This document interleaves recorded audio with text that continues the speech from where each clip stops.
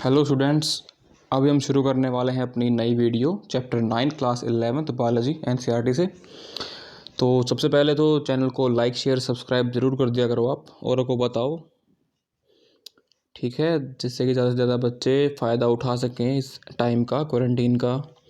तो चलिए शुरू करते हैं अपना अगला चैप्टर बायोमोलिक्यूल। तो चैप्टर 9 है। यहाँ पे हम सबसे पहले लेसन का जो नाम है उसका ब्रेकडाउन करते हैं। जैसा कि आपको पता है, बायो का मतलब क्या होता है, लाइफ, और मॉलिक्यूल का मतलब होते हैं जो आपके मॉलिक्यूल्स हैं, केमिस्ट्री के जो मॉलिक्यूल हैं, ठीक है। अभी मैं ये डेफिनेशन तो नहीं बताने वाला आपको, क्योंकि आप सबको पता होगा, because you are in 11th class. तो चलिए देखते हैं वैसे कौन से मॉलिक्यूल हैं जो बायोलॉजिकल वर्ल्ड को बनाते हैं, उसको चलाते हैं। There is a wide diversity in living organism in our biosphere. आप सबको पता है कि भाई डाइवर्सिटी की तो कोई लिमिट है नहीं, भयंकर रूप से अलग अलग टाइप की चीज़ें आपके आसपास आपको मिल जाएंगी। बायोस्फीयर आपको पता ही होगा क्या होता है, जहाँ जहाँ पे लाइफ प्रेजेंट है उस सारे हिस्से को अर्थ के, ठीक है, बायोस्फीयर बोलते हैं, क्योंकि पूरी अर्थ पर ही लाइफ है तो कम लाइफ को कम्प्लीटली बायोस्फीयर बोल देते हैं। Now a question that arise in our mind is are all the organism made up of same chemical. अब क्वेश्चन ये आया कि क्या सभी ऑर्गेनिज्म सेम टाइप के केमिकल से मिलकर बने हैं, मतलब के एलिमेंट्स और कंपाउंड से। You have learn in chemistry how elemental analysis is perform. आप सबको पता होगा कि कैसे हम किसी भी कंपाउंड का एलिमेंटल एनालिसिस करते हैं, ठीक है, उसको जला के, तोड़ के, फोड़ के, डिफरेंट केमिकल ब्रेकडाउन करवा के उसका।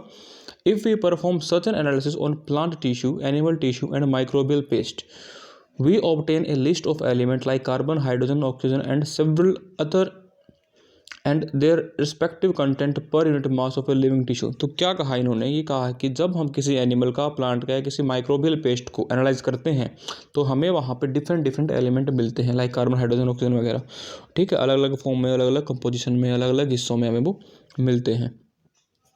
If the same analysis is performed on a piece of earth crust as in example of non-living matter, और अगर हम एक ऐसा ही एक्सपेरिमेंट जैसा कि हमने लिविंग ऑर्गेनिज्म पे किया था वैसा ही अर्थ के टुकड़े पे करते हैं तो भी हमें सिमिलर लिस्ट मिलती है, बस थोड़ा सा कंपोजिशन का फर्क होता है। What are the difference between these two lists?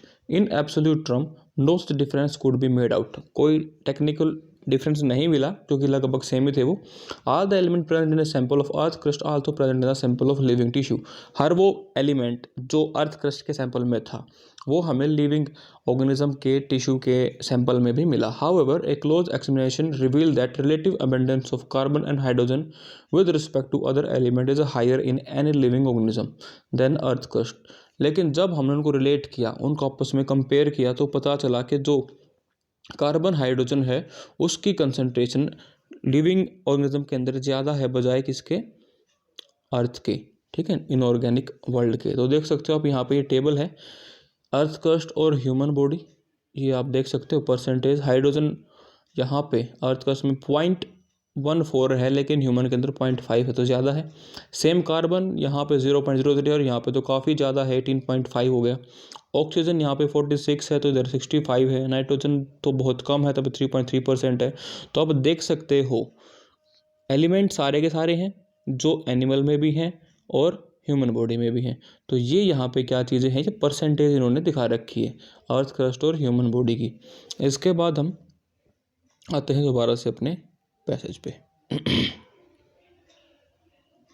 How to analyse chemical composition. Question ये अराइज होता है कि भाई कैसे हम इस चीज़ को एनालाइज कर सकते हैं। We can continue asking in the same way what type of organic compound are found in living organism, how does one go about finding the answer. कैसे हम, मतलब क्वेश्चन ये कि कैसे कैसे कौन से हमें मिलते हैं ऑर्गेनिक कंपाउंड और कैसे हम उसे ढूंढ सकते हैं। To get the answer one has to perform a chemical analysis. अगर आपको इसका पता लगाना है तो आपको एनालिसिस करना पड़ेगा। We can take any living tissue, आप कोई भी लिविंग टिश्यू ले सकते हो, किसी मतलब piece of liver, that doesn't mean कि आपको ह्यूमन लिवर लेना है। जो मुर्गा मुर्गी होते हैं, मतलब मुर्गी होती है, उनका लीवर ले लेते हैं। किसी एनिमल का पार्ट ले सकते हो आप, वेजिटेबल ले सकते हो कोई भी, and grind it in trichloro acetic acid. ये जो छोटी छोटी बातें हैं ना, ये आपको याद रखनी है कि भाई ट्राइक्लोरो एसिटिक एसिड के अंदर आप उसको ग्राइंड करोगे, उसका पेस्ट बना लो। मोर्टर और पेस्टल क्या होता है आपका, जो उखड़ मुसड़, ठीक है, मतलब आपका सिलबट्टा या आपकी जो कुंडी सोटा होते हैं वो।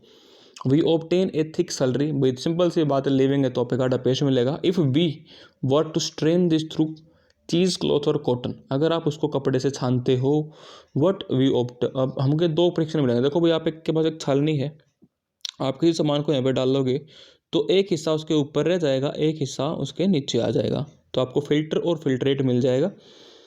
वन इज कॉल्ड फिल्ट्रेट और more technically the acid soluble pool, मतलब जो छन गया, जो नीचे आ गया, ट्राइक्लोरो एसिटिक एसिड में डाला ना हमने, तो जो छन के नीचे आ गया वो एसिड के अंदर सोल्यूबल था, तो उसको बोला गया हमने एसिड सोल्यूबल। ओके। और जो ऊपर था रिटेंटेड, जो बच गया ऊपर, जो रिटेन रखा फिल्टर ने, उसको बोला acid insoluble fraction. Scientist have found thousand of organic compound in the acid soluble pool, और जो नीचे मिला था आपको एसिड सोल्यूबल पूल, उसके अंदर scientist thousands of organic compound क्या किए, डिस्कवर किए। तो ये आपके सामने टेबल थी 9.1, और बता भी रखे हैं कि किस तरीके से है जी। In higher classes, you will learn about how to analyze a living tissue sample and identify a particular organic compound। बड़े क्लास में आप ये समझोगे कि कैसे आप इसको लिविंग टिश्यू को एनालाइज करते हो और कैसे पहचानते हो डिफरेंट एलिमेंट को। It will suffix to say here that one extract the compound, then subject to extract to various separation of technique till one has separated a compound from all other compound। देखो भाई क्या है, पहले हम कोई एक compound निकाल लेंगे, अब उसमें से हम बाकी निकाल लेंगे, ठीक है। इस तरह हम इसके सारे निकाल लेंगे, फिर उन सब के अंदर जो जो सामान था हमारे अंदर वो निकाल लेंगे। In other word, one isolate and purify a compound. Analytical technique when applied to compound give us an idea of the molecular formula. और जब आप किसी कंपाउंड को स्टडी करते हो तो आपको वहाँ पे मॉलिक्यूलर फॉर्मूला मिलता है कि कौन से मॉलिक्यूल से मिलकर वो बना है, and the probable structure of the compound, और उस कंपाउंड की स्ट्रक्चर का भी पता लग जाता है।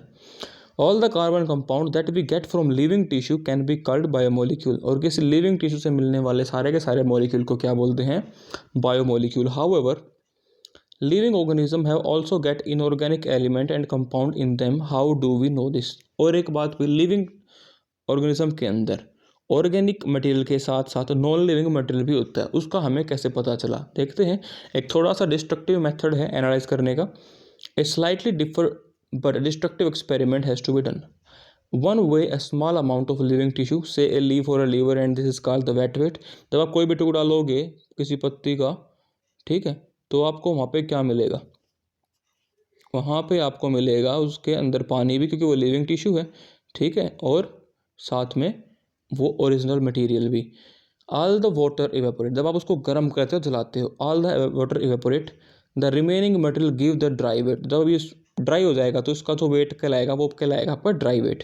Now if the tissue is fully burn, जब आप इसको बिल्कुल जला दोगे और जो राख बचेगी, all the carbon compound are oxidise to gaseous form CO2 water vapour and remove, तो आपका जो कार्बन कंपाउंड है वो तो निकल लिए।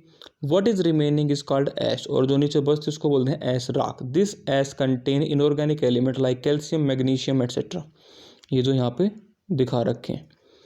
Inorganic compound like sulphate, phosphate are also be seen and observe in acid soluble fraction, वहाँ भी मिले थे। Therefore element analysis give elemental composition of living tissue in the form of hydrogen, oxygen, chlorine, carbon, ये सारे elemental form भी आपको मिली। While analysis of compound give us idea of the kind of organic and inorganic constituent present in living tissue from a chemistry point of view. अगर आप chemistry के teacher की या केमिस्ट्री साइंटिस्ट के हिसाब से देखते हो, one can identify functional group, आपको कुछ और चीज़ें मिलती हैं like aldehyde, ketone, aromatic compound etcetera, बहुत कुछ मिलता है। But from a biological point of view we shall classify them into amino acids, nucleotide base, fatty acid etcetera etcetera. Amino acids are organic compound, अब one by one हम इनको पढ़ेंगे। Amino acids are organic compound containing an amino group and acid group of substituent on the same group, एक अमीन और एक acid group, ठीक है, दोनों वहाँ पे आपको मिलेंगे, NH3 और कोई COO group, that is an alpha carbon, hence they called the alpha amino acid. Alpha part पे क्या होता है कार्बन के, अमीनो एसिड, आगे डायग्राम मिलेगा इसका। दे आर सब्स्टिट्यूटेड मीथेन, और क्या होता है, मीथेन को सब्स्टिट्यूट करके ये बनते हैं। आपने पढ़ा होगा 10th क्लास में सब्स्टिट्यूशन रिएक्शन, जब आपने कार्बन टेट्राक्लोराइड बनाया था, ठीक है, ये जो रिएक्शन थी, H थे यहाँ पे सारे, आपने क्लोरीन ला के इन सबको रिप्लेस कर दिया था, सब्स्टिट्यूशन। तो इस तरीके से अमीन आके क्या करता है, कार्बन को, जो मीथेन को सब्स्टिट्यूट करता है। There are 4 substituent group occupying 4 valency position. तो आपका जो ये कार्बन रहेगा उसके 4 हिस्सों पे आपको अलग अलग चीज़ें देखने को यहाँ पे मिलेंगी। क्या क्या होगा, सबसे पहले हाइड्रोजन, एक पे तो हाइड्रोजन मिलेगा, एक पे कार्बोक्सिल ग्रुप COO मिल जाएगा, एक अमाइनो ग्रुप NH3 मिल जाएगा, and a variable group design with R, और कोई भी एक R, ठीक है, एल्काइल ग्रुप मिल जाएगा। Based on the nature of R group, अब कौन सा एल्काइल है, there are many amino acid, तो depending upon the R group, alkyl group कौन सा उसके हिसाब से कई टाइप के अमाइनो एसिड होते हैं। However those which occur in protein are only, लेकिन जो प्रोटीन बनाते हैं वो सिर्फ 20 होते हैं, सिर्फ 20 टाइप के अमाइनो एसिड ही प्रोटीन बनाते हैं। Okay, the R group in this proteinaceous amino acid could be hydrogen, क्या क्या हो सकते हैं वो R ग्रुप के अंदर, हाइड्रोजन, द अमाइनो एसिड का द ग्लाइसिन, अगर हाइड्रोजन है तो कहलाएगा ग्लाइसिन, अगर मिथाइल ग्रुप है तो एलानिन कहलाता है, हाइड्रोक्साइल मिथाइल है तो सीरीन कहलाता है। आप इसको याद रखना, अपना नोटबुक में अलग से इनको हाईलाइट कर लेना। 3 of the 20 are shown in the figure, और वो नीचे ABC करके 3 दिखा भी रखे हैं। ओके, इसके बाद the chemical and physical property of amino acid are essential of the amino carboxyl and the R functional group, इनके ऊपर बेस करेंगे कोई भी chemical physical property based on the number of amino and carboxyl group. There are acidic glutamic acid, basic lysine and neutral valine, तो 3 type के मिलेंगे आपको। आप इनको विद एग्जांपल याद कर लें कि भाई एसिडिक में ग्लूटामिक होता है, बेसिक में लाइसिन होता है और न्यूट्रल में वेलिन होता है। ये सारे के सारे नीट पॉइंट ऑफ व्यू से काफ़ी इंपॉर्टेंट इन्फॉर्मेशन रखते हैं, क्योंकि वहाँ पे इन्हीं बातों को पूछा जाता है। Similarly there are aromatic amino acid like tyrosine, phenyl alanine, tryptophan. Okay, तो ये सारी चीज़ें आपकी क्या आ जाएंगी, aromatic. A particular property of amino acid is the ionizable nature of NH2, खास प्रॉपर्टी क्या है, आयनाइजेबल है NH2 और COOH ग्रुप होने की वजह से। Hence in a solution of different pH structure of amino acid change, अगर अलग अलग pH का सोल्यूशन होगा तो वहाँ पे स्ट्रक्चर बदलते भी हैं। अब आगे है आपका लिपिड, ये पढ़ाने से पहले मैं देख लेता हूँ ये वीडियो हमें कहाँ ख़त्म करनी है, क्योंकि ज़्यादा टाइम मेरे पास अभी नहीं है।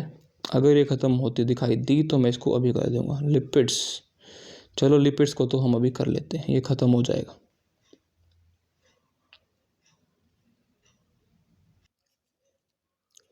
Lipids are generally water insoluble, पता है भाई फैट है और फैट पानी में कभी घुलता नहीं।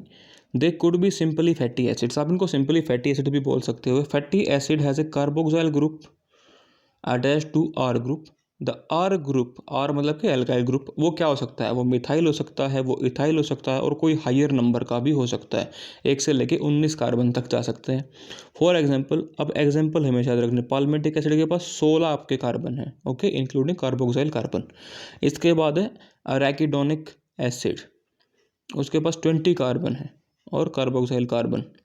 Fatty acid could B saturated, अब देखो जो ये हम बात कर रहे हैं एल्काइल ग्रुप की, अभी एल्काइल 2 टाइप के होते हैं, सबको पता है, सिंगल बॉन्ड वाले और डबल ट्रिपल वाले, सैचुरेटेड और अनसैचुरेटेड, तो वहाँ उसी के हिसाब से यहाँ भी होंगे। Fatty acid could be saturated और अनसैचुरेटेड, ठीक है। सैचुरेटेड में क्या रहेगा आपका double bond without double bond, और अनसैचुरेटेड अंदर क्या आपका 1 और मोर डबल बॉन्ड।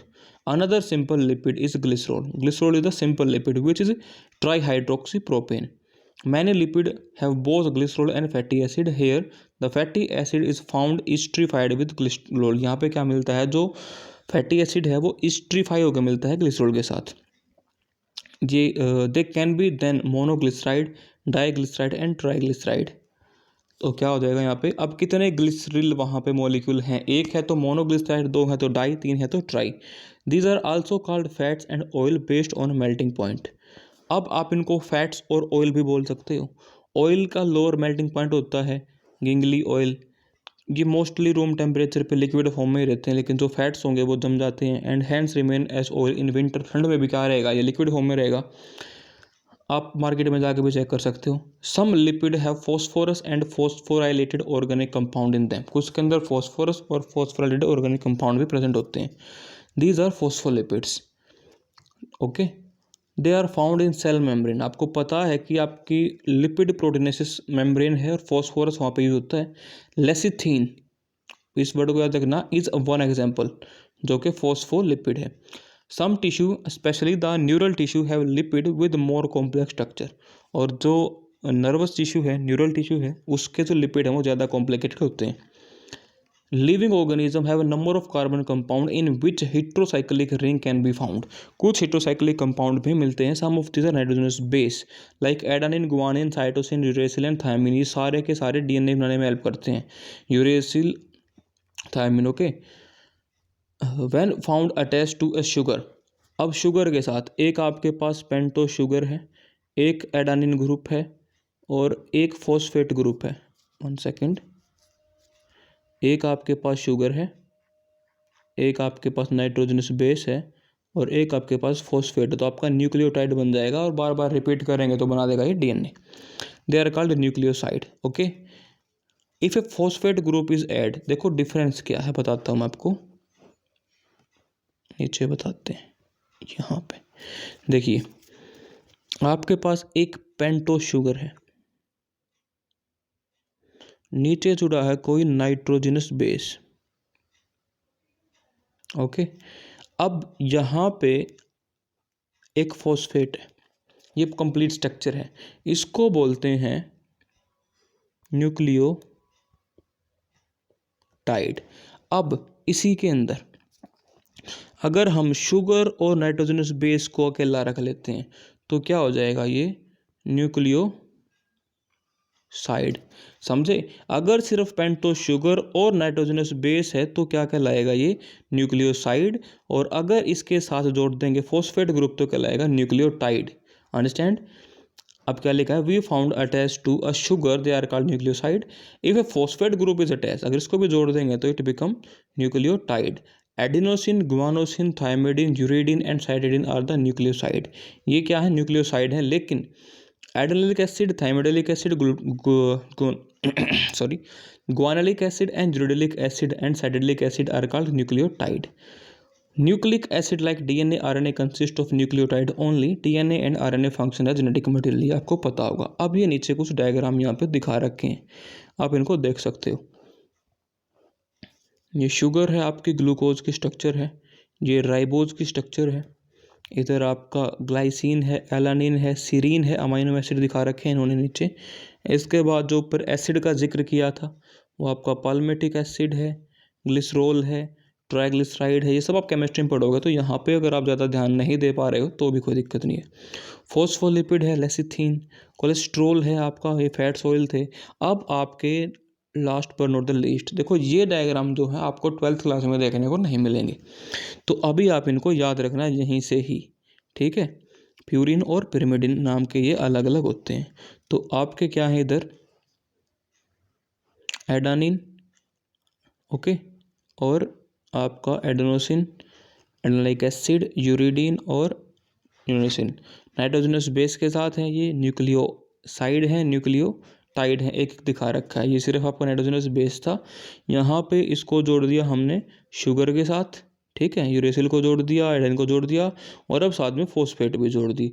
तो तीन चीज़ें, न्यूक्लियोसाइड, शुगर और फॉस्फेट, तीनों मिलके क्या बनाते हैं, न्यूक्लियोटाइड। तो ये था आपका बेसिक सी फर्स्ट वीडियो। इसके बाद हम पढ़ेंगे प्राइमरी सेकेंडरी मेटाबोलाइट वगैरह के बारे में अगली वीडियो में। तब तक के लिए देखते रहें, पढ़ते रहें और भाई करो कुछ, चैनल को फैलाओ ताकि मुझे भी मज़ा आए पढ़ाने में। और अगर तुम्हारे घर में बच्चे हैं 8th 9th 10th तो आप वो भी बता सकते हो। अगर उनकी बुक लगती है NCERT की तो मेरे पास अभी सारी बुक अवेलेबल है, मैं इनमें से उनकी वीडियो बना सकता हूँ। तो बताना मुझे, और इस वीडियो को शेयर करो, लाइक करो, कमेंट करो। Thank you. जय हिंद, जय भारत।